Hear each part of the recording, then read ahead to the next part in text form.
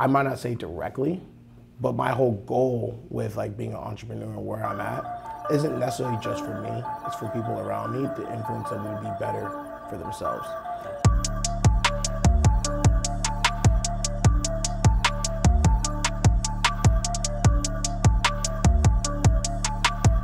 How's it going, guys, and welcome to another episode of Secrets to Silent Success. Today we have the one and only Dennis Onalaja. How are you doing this morning? Good, man. Thank you for having me. Yeah, absolutely. So you were known as the iPhone doctor, if you will. So tell me kind of where that name came from. How did you get into fixing phones, things like that? Yeah, so growing up, my mom gave me an allowance, and it was like $20 every 2 weeks. And so with $20, you can only do so much. And so typically by the end of the first 2 days of me getting the $20, it was gone. Yeah. So I needed a way to like actually make money, and my parents never let me work growing up. It was kind of weird. They wanted me to just focus on studies. Sure. And so I wasn't too fond of that. Yeah. So, fast forward, I kept breaking my phone. I finally got a phone. I kept breaking it, and so I would have to wait like almost 4 months or 2 months or 3 months. Yeah. And so my phone was broken, and I was like, there's got to be some way to fix this. And I was like, the guy that fixes my phone at the shop that I go to all the time, he charges me, $80? And I was like, he has a business. There's got to be some margin there. Like, there's got to be some reason for him to fix my phone. Like, there's no way he's not fixing it, for free. He's fixing it for free or anything like that. Because, I was younger. I was like probably like 15, 16 at this time. And so I was like, well, where can he get these parts from? Because maybe I could just do it myself.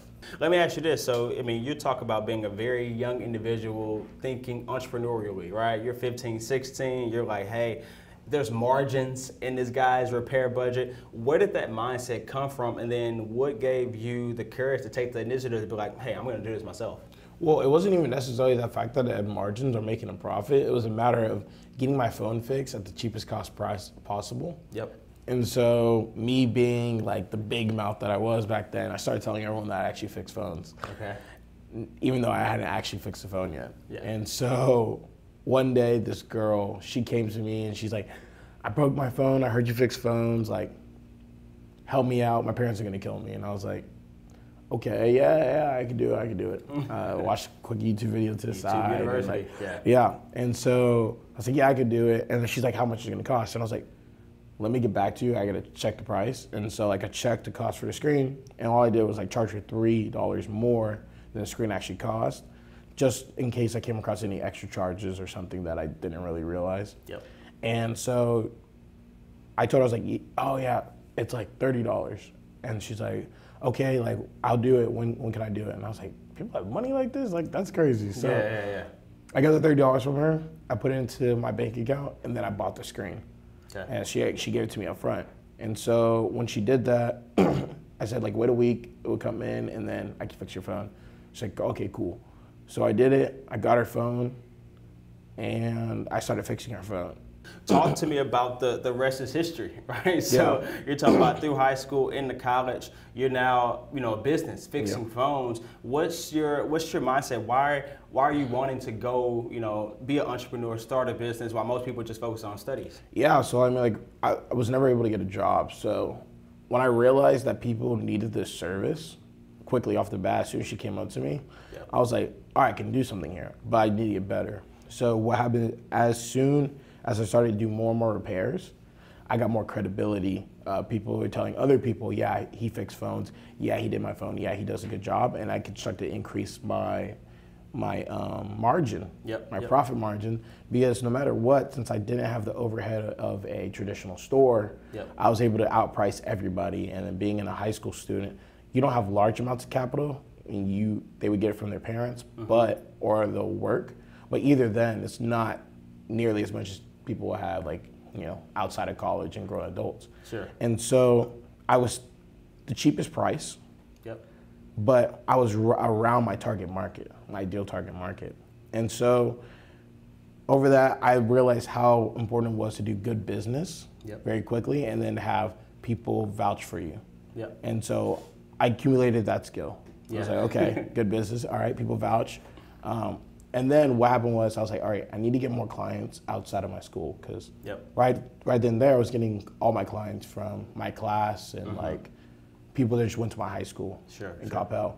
And so what I did was I was like, okay, so why are people coming to me? And I was like, because of my pricing.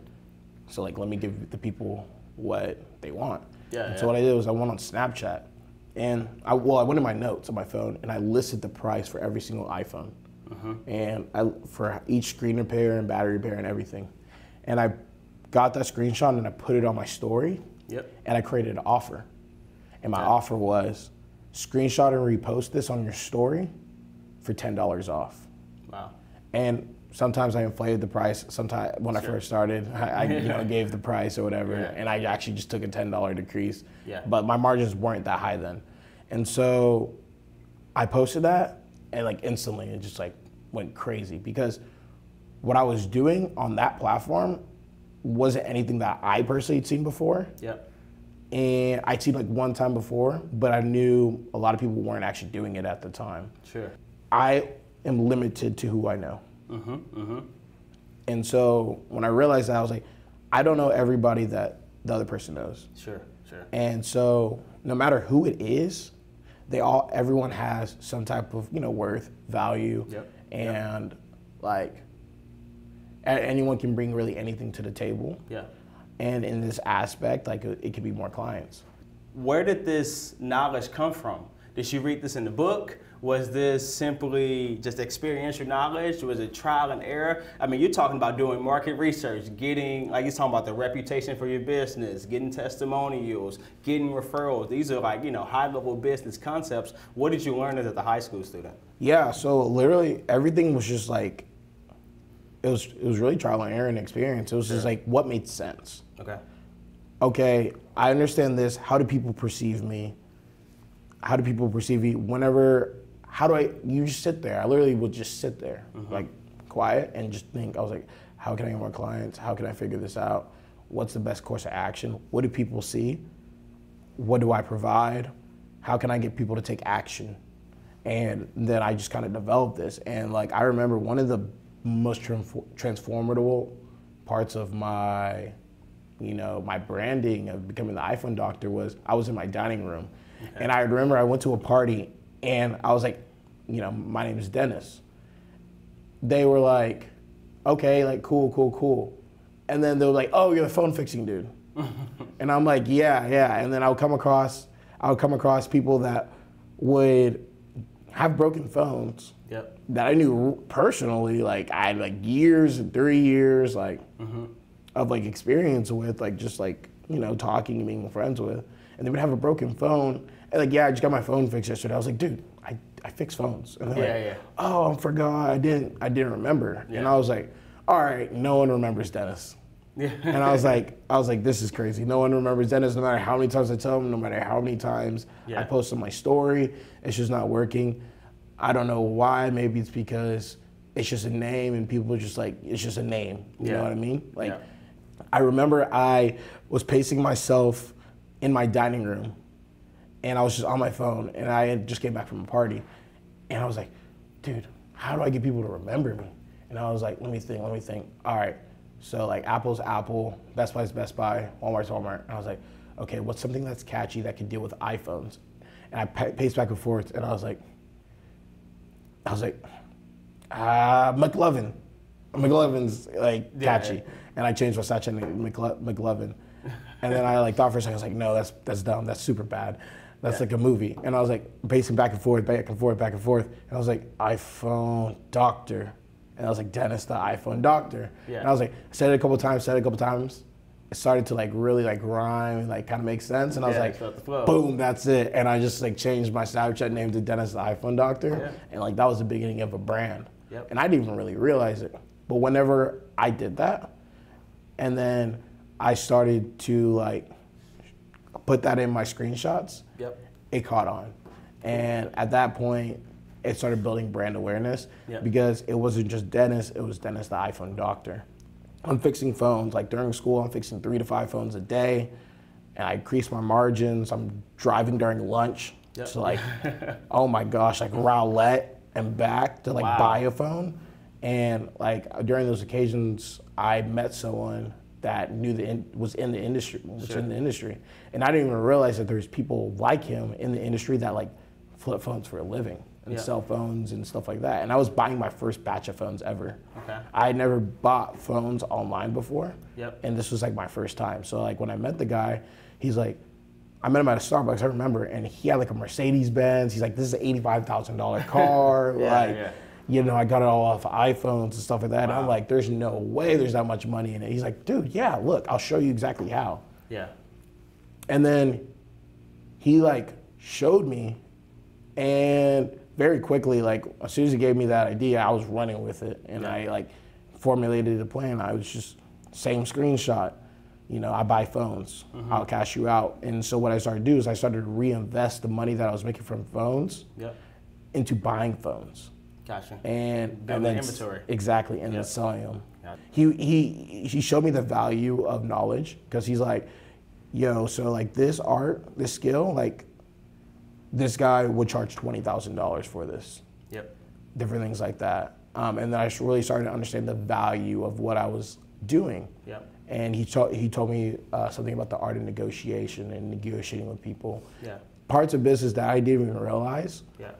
Things that I realized, and how to really perceive yourself whenever you do talk to someone. You know, what to pay attention to. You know, pay attention to the body language, the way they say things. And then like how to disarm an individual. And so all those things he taught me. But to switch gears a little bit to Contractors Creative now, a new initiative that you're launching where you're doing lead generation and things like that for contractors. Talk to me a little bit about, to the audience, what lead generation even is, the importance of it, and what you guys are doing with Contractors Creative. Yeah, so lead generation is probably the most important part of the business. It's what I was doing back then, and it's what I'm doing now still. And so basically generating leads or of buyers that are interested in whatever service that you are providing. And this is just another way to do it with money behind it. And then you're dealing with the psychology of buyers that are changing every single month. And so what happens is, you know, you're bringing more revenue to your business or bringing more leads to your business so you can predict your revenue. You know, you could say, I get 10 leads to my business and I close at a 30% rate. That means every 10 leads, you know, I get 3 customers. Okay, sweet. Does that make sense for my business? Where are my profit margins at in terms of the ad spend and the management fees? And what does that look like? How much do I make per deal? And then so like we provide the service to Contractors Creative. Focuses mainly on like the home service industry. Roofers, solar, landscape, HVAC, all of that. And we say, okay, here's our management fee, here's our ad spend, and then we begin to generate them leads for their business. And then they begin to close deals, because these are highly interested and exclusive, you know, buyers, you know, homeowners or people that do need their services. And so as long as they have a trustworthy business, a credible business, they're going to be able to close deals. And so now we, you know, operate at scale. Everything always stems back from high school in my early days on how to build a business. It isn't really rocket science. It's more of like experience and like just a way of thinking about things. So you talked about building the business and rocking sides, which I agree with, right? It takes some experience, and then you talked about having a certain mindset behind it. What do you think that mindset came from? Your parents entrepreneurs? Like, where did that come from? Yeah, no, definitely my parents, and then just like experience in high school. I think everything stems from high school. My parents were not necessarily the most traditional like. It was really weird. So like my dad was like very stern and stuff, and my mom was like really cool. But they were both very wise. Wise in their own ways. Somewhere it was like a lot more of tough love from my dad, and then like my mom was just more like, all right, put my feelings in consideration, but then also it's like the hard truth. But then it's like more. I felt like my dad's ways were a little bit like, you know, older, like outdated, and my mom's like wisdom was a little bit more like relevant in the time and for what I was experiencing as a kid, you know, growing up. And so like there were a couple of things that like my mom told me when I was younger, such as like the only way you're gonna be able to make the money you want to make is by owning your own business, and that honestly stuck with me. even then, and then my dad had tells me different things like, you know, if you spend all your money, you're not gonna have any more money left. Yeah. Different things like that, even though I didn't even have any money, but it was just like the fact that I had to penny pinch $20 to be able to do anything. Sure. And then I had not working and not being able to work and being a kid growing up in that environment in high school with social media and everything, like I had the want to do things, but I wanted to do the right thing also. I didn't want to get in any illegal activity, like I didn't want to do anything like that. So I was like, I have to find a way, there's gotta be a way. And then they kind of just like pushed me, drove me to like figure out a way. Yeah. Even when I was held back, believe it or not, like my dad actually like kind of banned me from fixing phones. Okay.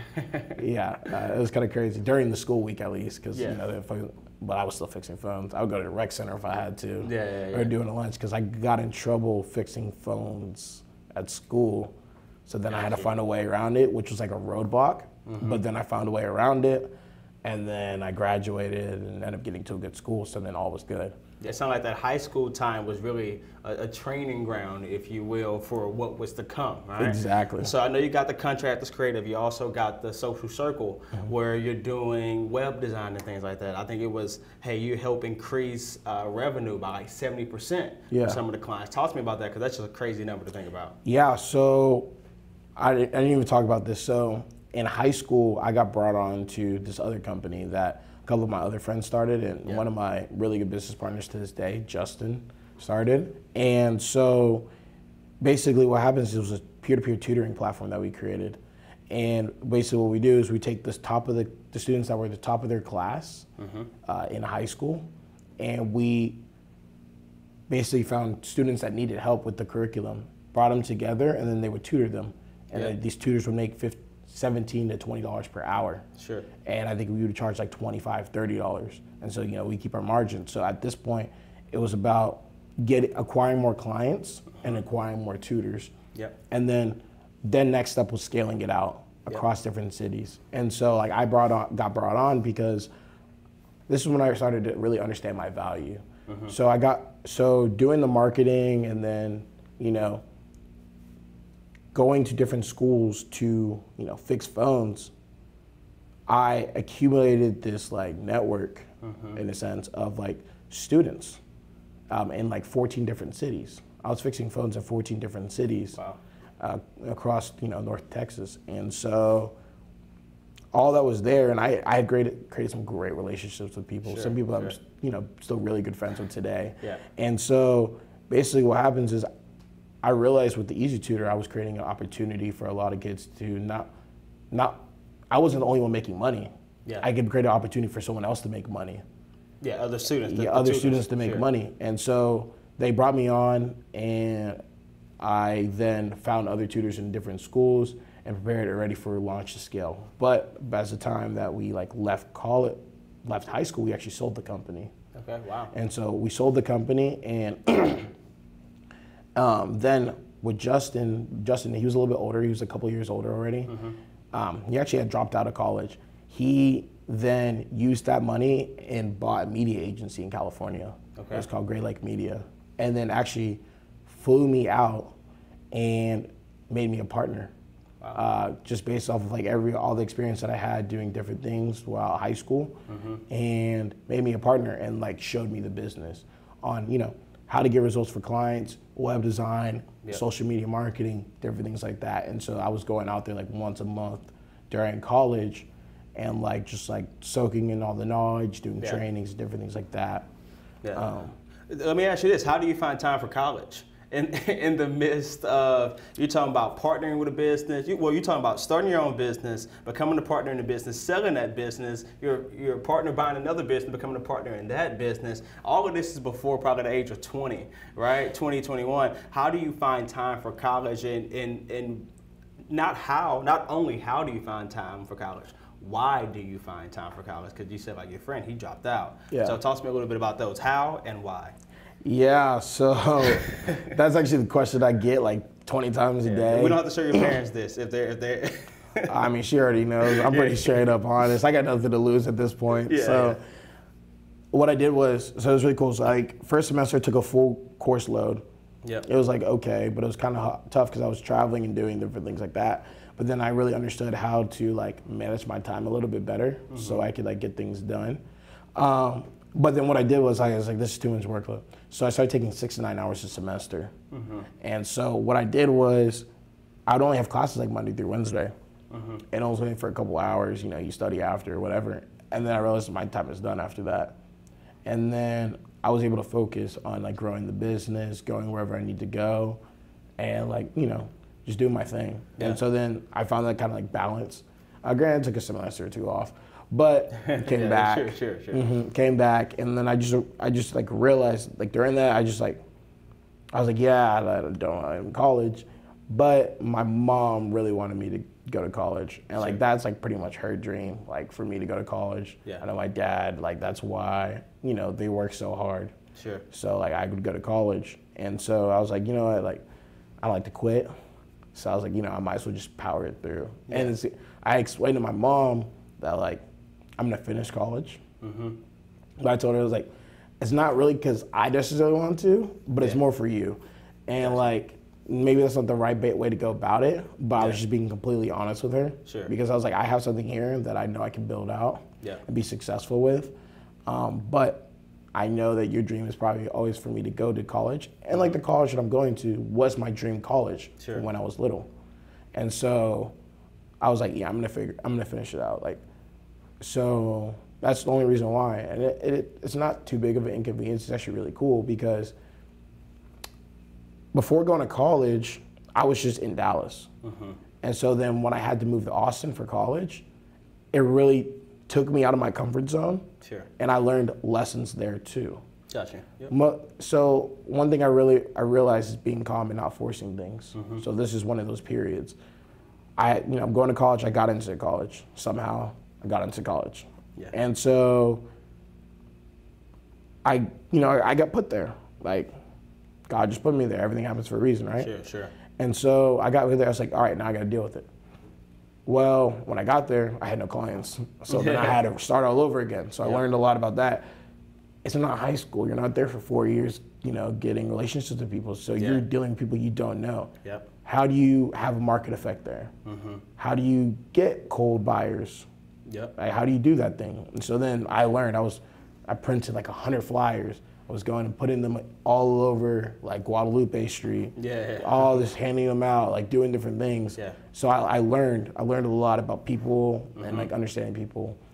Switching gears a little bit, you talked about all the knowledge that you're gaining when you're going out to California every week, every month. You talk about, you know, SEO, web design, things of that nature. One of the things that you've talked about is kind of getting your clients at the top of the list on Google search and things like that. Talk to me a little bit about the importance of being at the top of Google search, and talk to me, without giving too many secrets away, about how you're helping your clients get to the top of the Google search. Yeah, so whenever I got brought down to Great Lake Media, I became a partner. And so I started my own branch. Originally, it's called the Social Circle Group. I originally started focusing like with bars and clubs and restaurants, and I, you know, was working for free actually.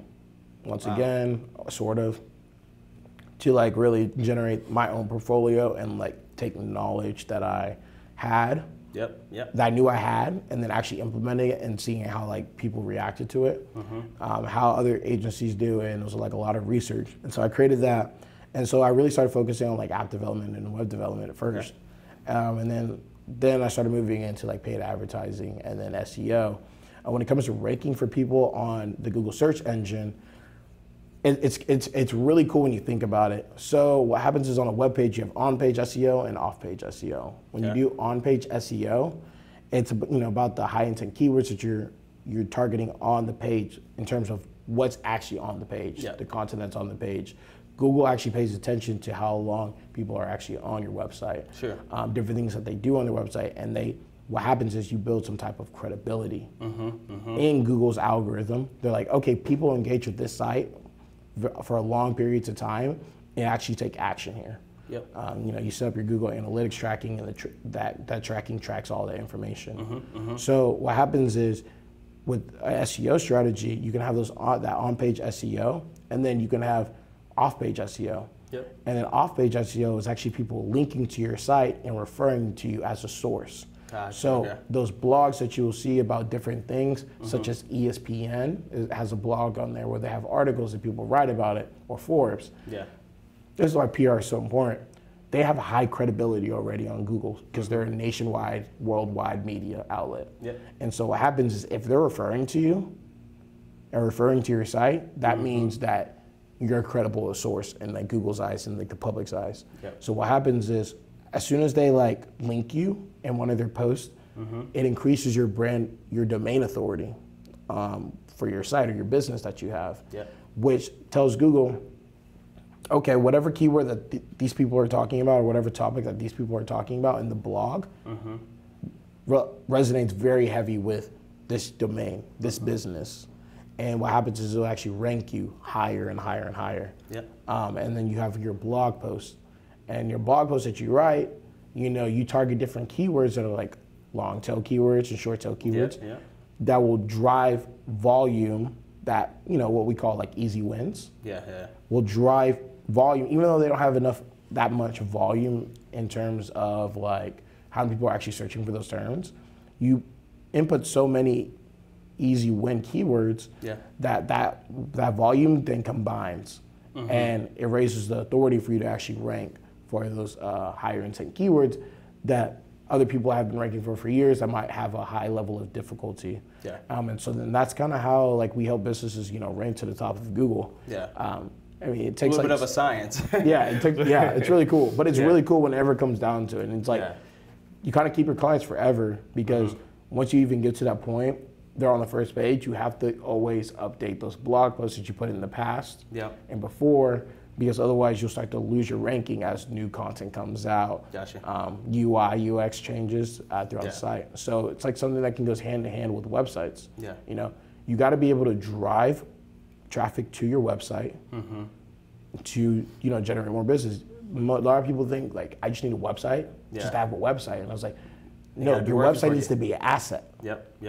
It needs to be an asset that generates you income on a recurring basis without you having to really put a finger on it. Not just for someone that you meet in a cold audience that you just funnel them to your website just based off of like you speaking or you sending them the link. You got to. The whole point of the website is to drive internet traffic that you might not have to your business, then qualify them with your website, and then nurture them through your website to then bring them in as a client and do business with them. Cause that's the ultimate goal, is to do business with them. So you talked about, you know, being the iPhone doctor, you talked about being a partner in multiple businesses, you got Contractors Creative, you got Social Circle, a lot of things in the tech and kind of a digital space. What is it to be an entrepreneur and a businessman, a black entrepreneur, a black businessman in that tech entrepreneurial space? Yeah, I mean, it's great. Honestly, like, I see, like, even growing up, even now, like, you have, people are doing all sorts of different things. And some people, like, don't necessarily have the confidence to do other things. So, like, I might not say directly, but my whole goal with, like, being an entrepreneur and where I'm at isn't necessarily just for me. It's for people around me to influence them to be better for themselves. So being a business owner, you're a leader. So I look at myself as a leader to kind of set the example or the expectation. You don't have to be a robot when you do business. You can be friendly. You can. You're still a human. Yeah, you're still a human. You can live life. You can do things that are like kind of different. And it's like, okay. And like, not to let the color of your skin or the way other people perceive you be the reason why you don't chase your dreams or your goals. People only understand what they know. When you show them different, then then different becomes their norm. And some people don't understand it right off the bat, but later on they will. And so you got to understand that, like, you're gonna have to be your own supporter sometimes. It doesn't have to come from family. It doesn't have to come from friends. You got to be your own supporter. You have to have self-confidence in yourself first before anyone's gonna have confidence in you. And if you do have someone that has confidence in you, that's great. A lot of people don't have that. But either way, it's only gonna take you so far, because if you don't have the confidence in yourself or trust in yourself, then ultimately you're gonna stay stagnant. Well, let me ask you this: as a entrepreneur, you talked about being in school, starting this stuff in high school. What advice do you give to that high school student or that college students to get the confidence to go out there and start their own thing? Yeah, one of my biggest advice that I always say is if you have a hobby, something that you like to do, figure out how to monetize it. That's the best way to get started when having a business. Yeah. I talk about all these businesses I started. The first business, I didn't even know it was a business, but it was just a way to make money. I started customizing Roshis. Okay. And I taught myself how to actually customize Roshis. So I'll go to Joann's, get the fabric, and I'll put the USA flag on there, or Hot Wheels, and then I'll sell them on eBay, and then people will buy them at a premium. And it was a hobby for me because I was a very arts and craft guy. I was a creative guy back then, and so I would do that. I try to get in shoes. I really like shoes. Try to get in shoes. Didn't really succeed in shoes, but it was cool learning experience. But there's so many different ways to make money, and people don't realize that. I know a guy that makes a lot of money for installing sprinklers, sprinklers, and then also I know some people that make a lot of money just from speaking, ASMR, people that coach basketball, make money, or write music, different things like that. There's so many different ways to make. There's people, I know someone that makes a lot of money off developing the caps for water bottles. Yeah. There's so many different ways to make money in this world. Yeah. And there's so many talents that people have, or there's so many skills that people can learn, but they have to be able to take initiative and actually take the time to learn it. Yeah. You can't, I feel if more people really took the time to learn it and then actually look at themselves from a different perspective, and a more positive perspective, they'd be able to do a lot more. And so that is probably my biggest advice. And whenever this whole journey of having confidence in yourself and different things like that, that's all a mental health journey. Yeah. And so you got to take the first step to better your mental health first before anything. Yeah. Because if you don't have that, it's gonna hold you back. Yeah. And I'm a big advocate for mental health. Yeah. So I think it's very important to always try to stay positive, always try to stay calm. Yeah. Find a solution, but if the solution's not there, take a step back, take a deep breath, and whatever's coming, let it come, and then figure out how to deal with it then, but in the most positive way possible. Gotcha. So you talked about a lot of things. You talked about mental health. You talked about staying calm. You talked about buyer psychology, having courage, taking initiative. This is called the Secrets of Silent Success podcast. So what is Dennis's, the iPhone doctor's secret to success? I would say my secret to success is really understanding that everyone has value. Everyone is different in their own ways. And so whenever I go into a relationship or meeting someone, I never go with the intent to get something from them. I usually go in with a more genuine approach that okay, this person might seem cool. Let me give them a shot. And so I think that the fact that I am able to, go with that intent and go with such a genuine intent whenever I meet someone allows me to actually excel maybe faster than a lot of people, because society and social media has really warped a lot of people's heads to only talk to a specific person because of a specific status or what someone else says about them. But me personally, I could care less. And so I know that everyone's different. I know that we all have different incomes. We all have different, we have different perspectives on the way of life. But I also know what my perspective is and where I come into play and my value. And so understanding that and be able to talk to anyone and be able to really, comprehend with people on an emotional level allows me to be successful. And it isn't the money I make, it isn't the businesses that I run. I think that is the strongest characteristic that I have. Yeah. And even then, my business partner in Contractors Creative, we met through Snapchat. Wow. I didn't even know the guy. He went to my high school. He was a couple years older than me, and he just started Snapchatting me. And I respond to almost every DM and every Snapchat that I have, any text that I have. I don't care who you are. Yeah. And I respond to him. He was asking me questions about business, different things like that, and I respond to him. A lot of guys I know won't even bat an eye. Sure. And even though I am busy doing my own things, I still take the time out of people that are curious, that want to learn more. Yep.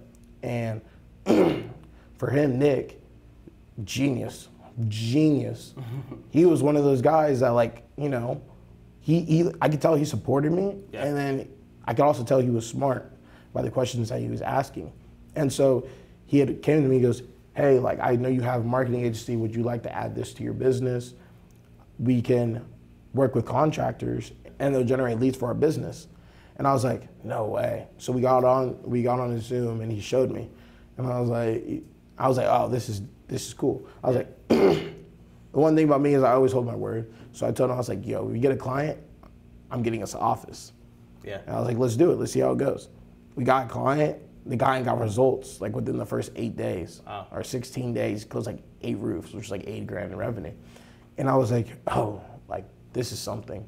Mm-hmm. And so literally, as soon as that happened, I think I was traveling at the time, came back, we got an office. The rest is history. One thing that we learned was systems and SOPs, which was like insane. And he's an operations guy, probably the best I know. I've never met anyone better than him at operations. And we learned systems and how to actually delegate tasks. And like checks and balances within the business to be able to scale a business to 7 and 8 figures. Yeah. And so like that is one of the attributes that we've learned over this journey of building Contractors Creative. And I've been able to implement it into all my other businesses where I was lacking. Because for so long I was so used to doing everything.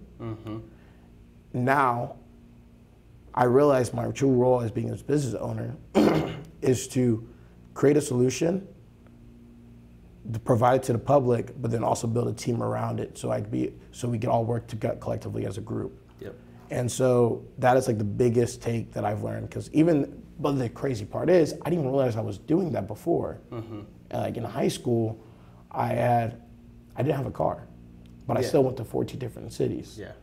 And so I would pay this girl, Sydney, who's like still one of my best friends, $10, $15, $20 to go and either pick up a part if I had too much on my plate, was doing too many repairs, one after one after one, take me to go fix a phone or to go sell a phone or something like that, and I would pay her per job. Yeah. And then that was me really delegating out tasks. Maybe not on the W-2, but more like a 1099 contractor. Yeah. And so when we learned about building systems, and like a book that I would definitely recommend reading is Traction. Okay. Nick read it. I didn't really read it. I'm not the craziest guy on books. I watch YouTube videos. That's all I do all day. Yeah. And I like learn that way. I'm a visual learner like that. But the art of building systems to be able to really delegate tasks and like, you know, scale something out is the most important part of business. And so it's allowed us to like really kind of start companies. Like now we understand, we learn the skill and we implement it and we build off of it. And so that really changed the game for us. And that's like, I felt like that was one of the missing pieces of the puzzle. Yeah. Yeah. Cool. Well, that's all we got, man. Appreciate you. This was fun. We should definitely do it again sometime, man. Yeah, for sure. Yeah, good luck with everything.